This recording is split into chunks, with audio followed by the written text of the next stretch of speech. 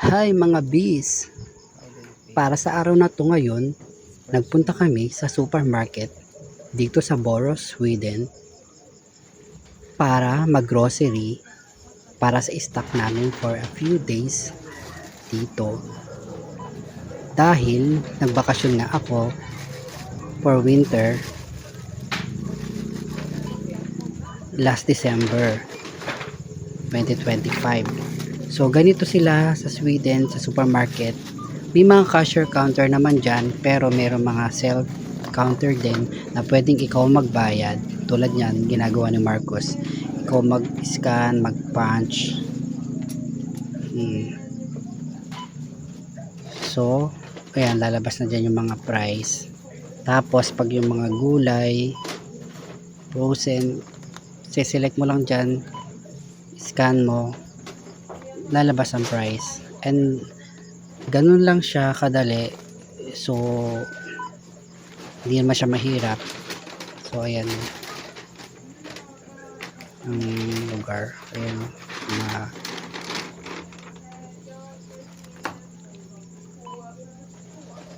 self counter.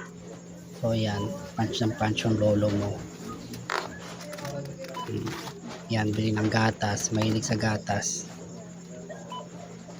Pabili ako ng chicken, pork chop. Ang stock na yan for few days, or maybe pang 1 week na rin yan. Tipid naman kami sa pagkain. Hindi naman kumakain ng rice yan eh. Ako lang. Ganun ang mga Swedish, hindi naman kumakain ng rice. Pero yan, pag naglasaing naman ako, kumakain naman yan pang isa, dalawang kutsara lang.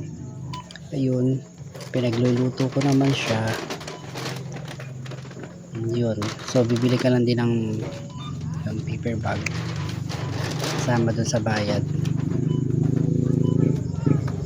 Ganyan dito sa Sweden. So medyo less trabaho yung mga cashier. Sa Pinas walang ganito, di ba guys? Yan.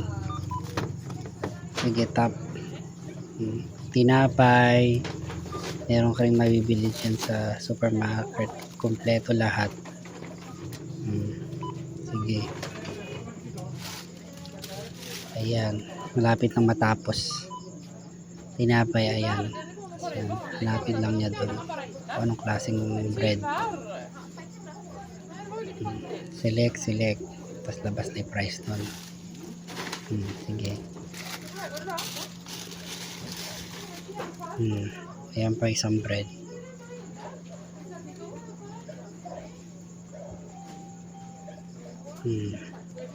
Hanap. Ayun. Donut kasi yung isa na to. Ayun. Pag punch mo lang. Ayun nga.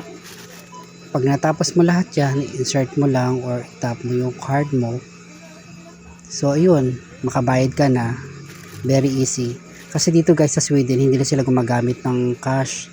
Puro card. Kahit sa bus guys, kailangan may card ka pagbabayad. Ayun lang, sana nakatulong sa inyo.